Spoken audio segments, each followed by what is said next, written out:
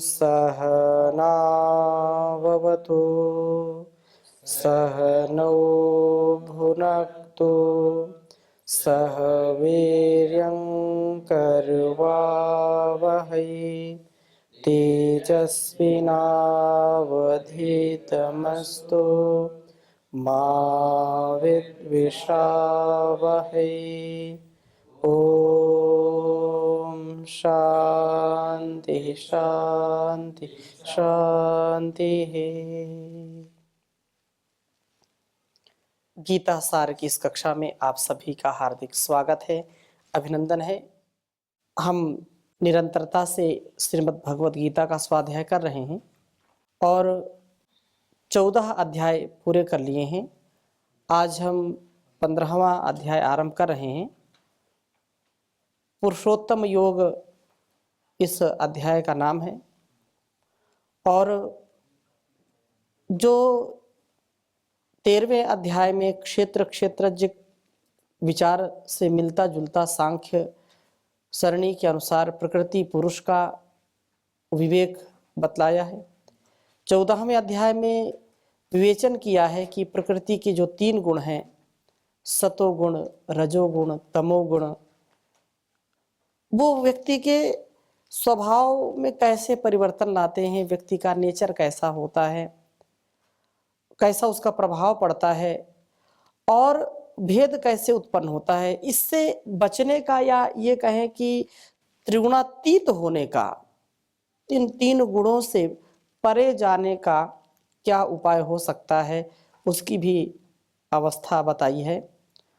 इस अध्याय का आरंभ इस बात से होता है कि परब्रह्म द्वारा रची गई जिस नाना रूपात्मक सृष्टि के विस्तार का उपनिषदों में वृक्ष रूप में वर्णन मिलता है, उसका कारण क्या है, बीज क्या है, इसका निरूपण करने के पश्चात सभी स्वरूपों में जो श्रेष्ठ पुरुषोत्तम स्वरूप का वर्णन भी किया गया है। जब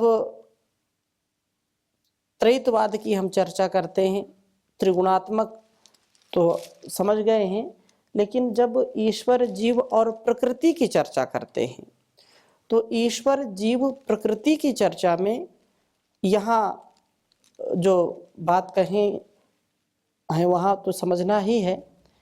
इसके साथ साथ उपनिषदों में भी बहुत ही सरलता से इस बात को समझाया गया है कि यह संपूर्ण संसार एक वृक्ष के समान है और इस वृक्ष में 2 पक्षी बैठे हुए हैं, त्वा सुपर्णा सयुजा सखाया, इसकी चर्चा की है उपनिषदों में। तो वो जो परमात्मा है, वो परमात्मा उस प्रकृति में होते हुए भी, क्योंकि परमात्मा में ही सारा ये ब्रह्मांड समाया है और परमात्मा में जो है सब अवस्थित है, परमात्मा सब में अवस्थित है। उसको कोई भी एक ऐसा स्थान नहीं है, कोई भी ऐसा सामान नहीं है जो प्रभु की विद्यमानता इसमें ना हो, लेकिन वह उसमें फंसता नहीं है।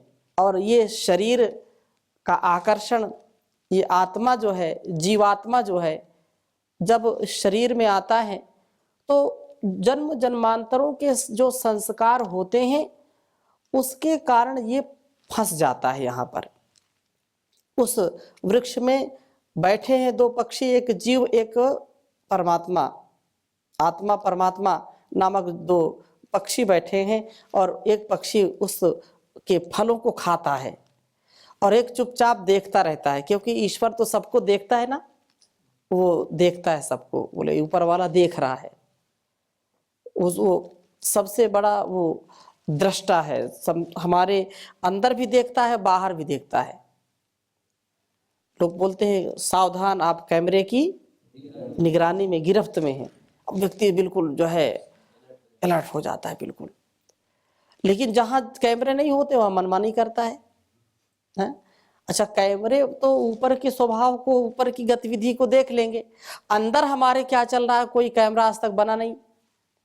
लेकिन परमात्मा के जो कैमरे हैं, जो उसकी दृष्टि है, वो अंदर तक भी हमारे भाव को, हमारे स्वभाव को समझता है, जानता है। तो यहाँ पर चर्चा की है, ऊर्ध्वमूलम अधः शाखम अश्वत्थम प्राहुरव्ययम्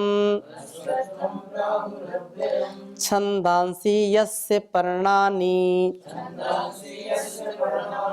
यस्तं वेद स वेदवित्।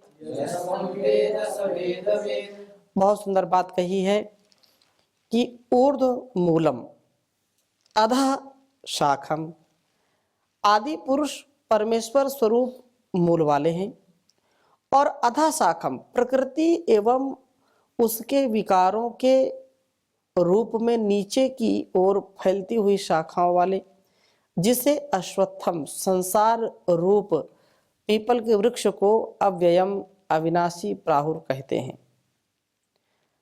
तथा छंदांसी, जो छंद है ना, वेद के जो है मंत्रों को छंद कहते हैं, छंदसी, बहुलम छंदसी, ये बार बार अष्टाध्यायी में सूत्र आते हैं, बहुलम छंदसी। तो छंदसी मतलब वेद, जो वेद हैं। तो वेद यस्य, जिसके पर्णानि पत्ते कहे गए हैं, तम उस संसार रूप अश्वत्थ वृक्ष को जो पुरुष मूल सहित अर्थात वेद तत्व से जानता है, वह वेदवित, वेद के तात्पर्य को जानने वाला होता है। यह संसार मानो एक वृक्ष है, काल आदि से ऊर्ध्व ऊपर स्थित ब्रह्म इसका मूल है। जो मूल में भूल कर देता है उसका जीवन शूल बन जाता है, हाँ? और जो मूल से जुड़ कर के रहता है उसका जीवन खिलता हुआ फूल बन जाता है, सुगंधित फूल बन जाता है, हाँ? नहीं, व्यक्ति का जीवन शूल बन गया और वो धूल में मिल जाता है। तो ये भूल हमसे नहीं होनी चाहिए, हाँ, क्योंकि भूल तो भूल से भी ना हो, मूल से हम जुड़े रहें। कभी आपने चलती चक्की देखा है? चलती चकिया देख के दिया कबीरा रोए, हैं? दो पाटन के बीच में साबुत बचाना कोई। आप चक्की जो चलाते हैं और फिर उसकी सफाई भी करते हैं, तो जो इधर उधर रहते हैं वो तो पिस जाते हैं, कुछ दाने मूल में लगे रहते हैं और वो बच जाते हैं। कभी देखा? हाँ, नहीं देखा? देखा ना? चक्की चलाते हैं, जिस पर उसको टिकाते हैं तो मूल रहता है, तो उसके किनारे किनारे कुछ जो है दाने पड़े रहते हैं, वो पिसने से बच जाते हैं। क्यों? क्योंकि वो मूल से लग गए। समझाने के लिए तो उदाहरण दिए जाते हैं। हम परम पिता परमेश्वर जो इस सारे संसार, इस सारे ब्रह्मांड रूपी वृक्ष का मूल है, और कहा कि इसे ऊर्ध्व मूल कहा है। यह वृक्ष प्रकृति व उसके विकारों के रूप में नीचे की ओर फैलती हुई शाखाओं से युक्त है। यह विनश्वर होने से अश्वत्थ कहलाता है, परंतु प्रवाह से नित्य रहने के कारण अव्यय भी है। छंद वेद इस वृक्ष के पत्ते हैं। ऐसे इस विचित्र संसार वृक्ष को जो जानता है वही वस्तुतः वेद जाता है, वेद का जानी है। ऋग्वेद में इसका वर्णन मिलता है, और जो अन्य कुछ हमारे ग्रंथ हैं, प्राचीन ग्रंथ हैं, उन ग्रंथों में भी ऐसी कल्पना की गई है।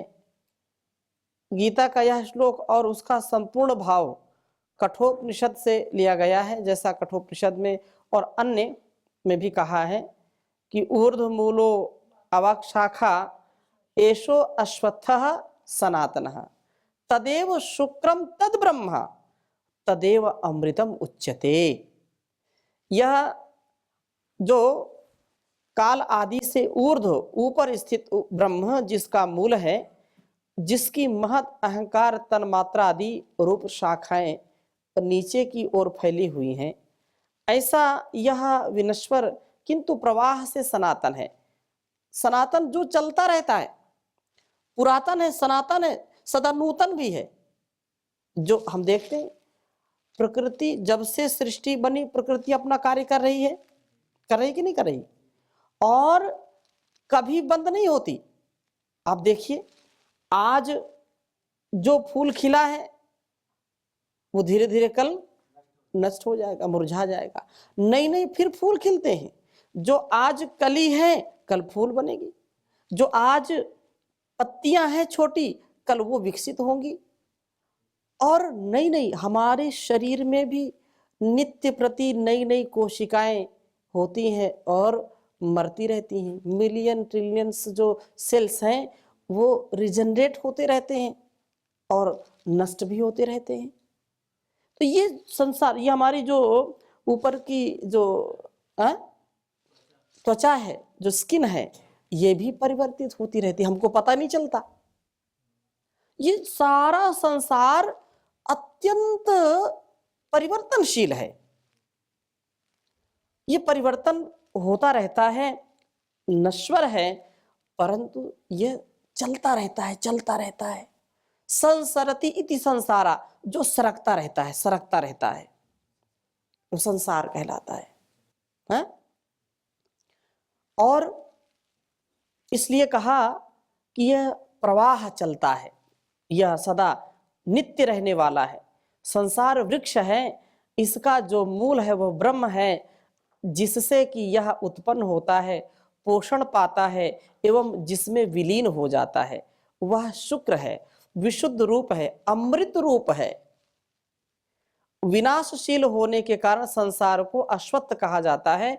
इस अश्वत्थ वृक्ष का वर्णन आश्चर्यमय है। सर्वोपरि परमेश्वर से सारे संसार का विस्तार है, वही जगत का मूल है। यही यहाँ पर ऊर्ध्व इस पद से कहा गया। ऊर्ध्व है, सबसे ऊंचा है, सबसे बड़ा है, सबका मूल है। हमारा जो शरीर है, जो हमारा ये जीवन है, यह भी उस परमात्मा से, सारा जगत भी उससे है। वो जन्म देने वाला है, पालन पोषण करने वाला है और बाद में अपने में समाने वाला है, अपनी ओर बुलाने वाला है।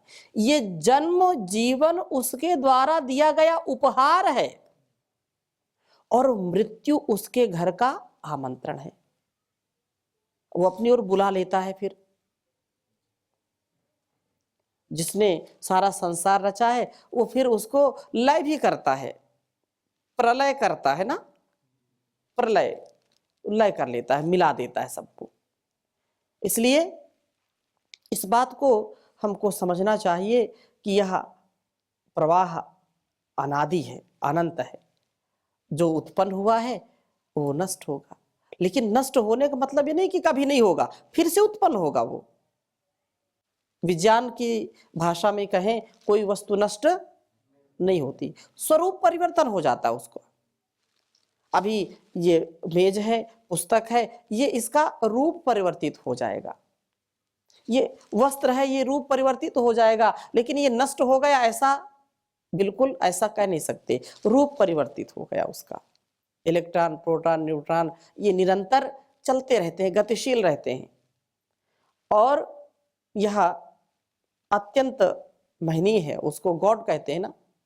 जी for generator, O for operator, D for destroyer. इतना वो महान है। और बहुत सुंदर आगे बात कही है, अधश्चोर्ध्वं प्रसृतस्य शाखा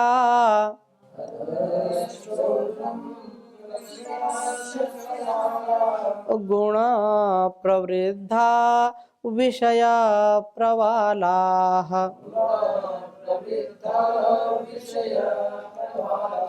अधश्च मूल्यान्यनुसन्ततानि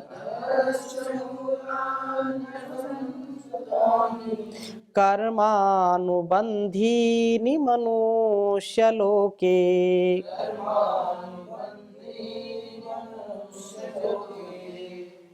कहा कि अधश्चोर्ध्वम प्रसृतास्तस्य शाखा गुण प्रवृद्धा विषय प्रवाला अधश्च मूलानि अनुसंततानि कर्मानुबंधिनी मनुष्य लोके।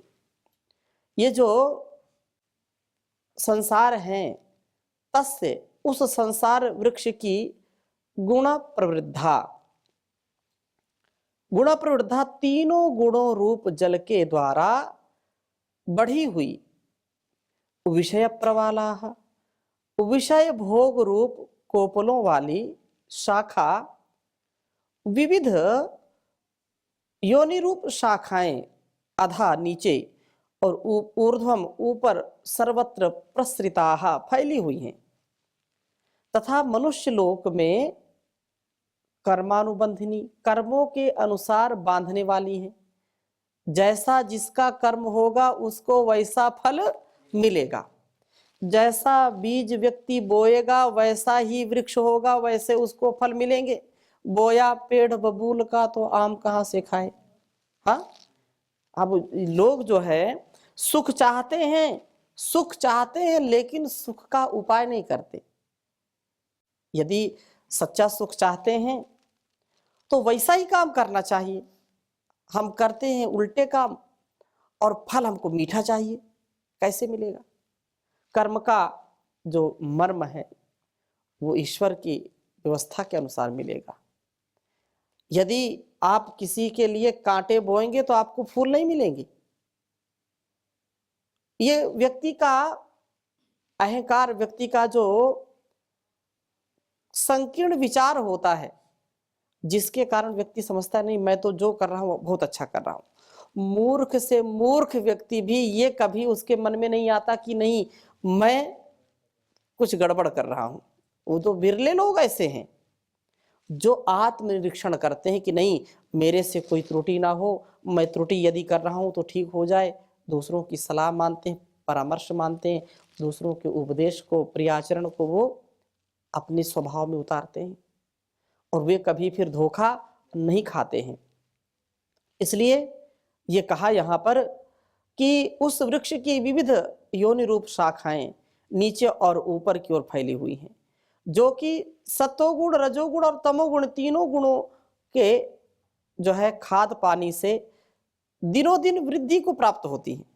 ये खाद पानी काम करती हैं और जिसमें इंद्रिय विषयों का शब्द, स्पर्श, रूप, रस, गंध ये जो है ये इनकी कोपलें फूटी हुई हैं और मनुष्य लोक में कर्म के अनुसार बांधने वाली है। राग द्वेष रूपी जड़ें मूलानी नीचे संसार में जाल की तरह फैली हुई हैं। अनुसंततानी, इनसे बचना बड़ा कठिन है। ये हमको बार बार नीचे की ओर गिराने का काम करती हैं। यदि हम सावधान नहीं हैं, साधु सावधान, और साधु यदि स्वादी बन गया, प्रमादी बन गया तो आधी व्याधि से बच नहीं सकता। समाधि मिलेगी नहीं उसको। हाँ हाँ, समाधि के लिए हमको योग की शरण में आना है, जो भगवान यहां कह रहे हैं। बहुत सुंदर बात कही है।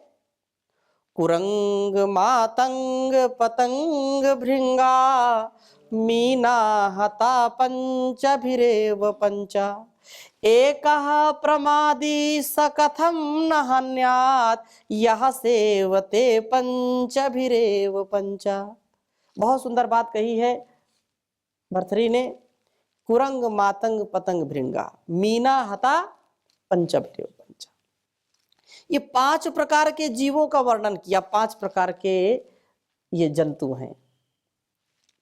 कुरंग जो हिरण है, मातंग जो हाथी है, कुरंग मातंग, पतंग जो शलभा होता है, शलभ समझते हैं, पतंग होते हैं पतंगा जो हाँ जो प्रकाश की ओर रात्रि में हाइलोजन जलता हो, बल्ब जलता हो तो वहां वो हाँ आते हैं ना, वो पतंगा बोलते हैं, उनको शलभ बोलते हैं। पतंगा, भृंगा, भंवरा और जो मीना मतलब मछली, ये 5 प्रकार के जीव गिनाए। हिरण, हाथी, पतंगा, शलभ और भृंग, भंवरा और मीन। हाथी तो गिना दिया। हाँ, मछली। ये जो 5 हैं, ये 5 जंतु एक एक विषय में परेशान हैं, एक एक विषय के गुलाम हैं, एक एक विषय में धराशायी हो जाते हैं। जो हिरण है उसको शब्द बहुत अच्छा लगता है, कुरंग।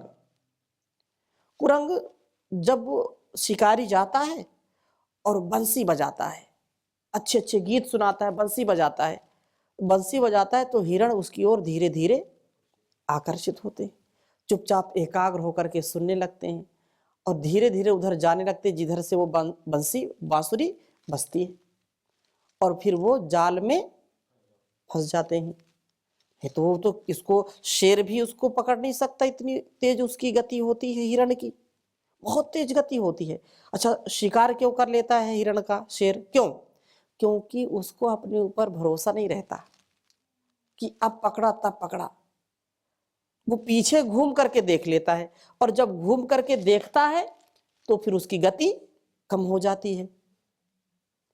और उसको अपने ऊपर पूरा विश्वास हो कि नहीं, मुझको तो शेर पकड़ ही नहीं सकता, तो कभी जीवन में उसको उसका शिकार ही नहीं कर सकता शेर। वो बार बार डर के मारे देखता है, ऐसे ऐसे देख लेता है बीच बीच में, और जैसे देखता है उसकी गति में बाधा आती है, गति कम हो जाती है, तो उसको शेर पकड़ लेता है। हिंसक जीव शेर, चीता आदि पकड़ लेते हैं उसको। तो यहाँ पर जो शब्द की बात कही है, तो शब्द का वो बहुत ही दीवाना होता है, ये कह लें। शब्द उसको बहुत अच्छे लगते हैं, तो शिकारी उसको इसकी कमजोरी के कारण उसको पकड़ लेता है। जो हाथी है, हाथी को स्पर्श बहुत अच्छा लगता है, तो शिकारी क्या करते हैं, जंगल में जाते हैं, बड़ा गड्ढा खोद देते हैं और एक ऐसे उसकी प्रतिरूप कह लें, उसकी हथनी बना करके खड़ा कर देते हैं गड्ढे के पास। कार्टून बना करके हथनी का, दूर से दिखाई पड़े कि कोई हथनी है वहां पर, तो हाथी उसको देख करके आकर्षित होता है, स्पर्श करना चाहता है उसका, और जाकर के गड्ढे में गिर जाता है। तो इतना विशालकाय हाथी वो भी कब्जे में आ जाता है, दूसरों के जो है कब्जे में आ जाता है वो।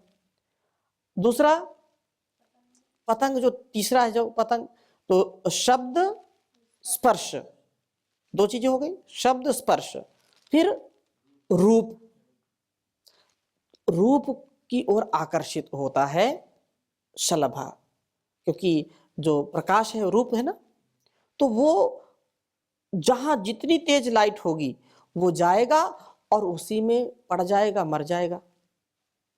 आप देखो शीत या वर्षा काल में, वर्षा ऋतु में, वर्षा काल में जहां जो है ज्यादा लाइट जलेगी तो हजारों लाखों कीट पहुंच जाते हैं वहां पर, और वो अपनी मृत्यु को आमंत्रण दे देते हैं जानबूझ करके। एक ही कमी है, रूप को वो अच्छा उनको लगता है, पसंद है। तो शब्द स्पर्श रूप, फिर रस और गंध। ये गंध में क्या है, ये जो भंवरा है ना, ये जो है गंध, ये जो ज्यादा सुगंधित फूल होंगे सूंघने के लिए जाता है, ठीक है, और वो उनके जाल में फंस जाता है। वो बैठा और फिर वो बंद हो गए, रात्रि हो गई, वो उठा ही नहीं, उसी में मस्त रहा। और इसके बाद फिर रस, जो मछली है, मछली को शिकारी जाता है, उसमें कुछ मांस का टुकड़ा लगा दिया या कुछ और खाने के केचुआ आदि लगा दिया, तो बंसी लगाते हैं ना, और वो मछली उसको पकड़ती है और वो भी जाल में फंस जाती है और वो मृत्यु को प्राप्त होती है। तो कहा ये 5 प्रकार के जो जीव हैं, ये 5 एक एक कमी है इनकी, और ये मृत्यु को प्राप्त होते हैं। लेकिन मनुष्य एका प्रमादी स कथम न हन्यात यह सेवते पंचभिरेव पंचा, ये 5 में इसकी हालत खराब। 5 मतलब वो बोलते हैं 5 अंगुली घी में, है, ऐसा बोलते हैं ये, लेकिन ये पांचों विषयों में धराशायी है। तो ये कैसे नहीं इसका विनाश होगा, अर्थात जरूर होगा। इसलिए यहां पर जो बात कही है कि ये कर्मानुबंधनी, ये विषय प्रवालाह, इन विषयों में वो फंस जाता है। तो आगे और हम चर्चा करेंगे, अभी यहीं पर विराम देते हैं। ओम शांति शांति शांति।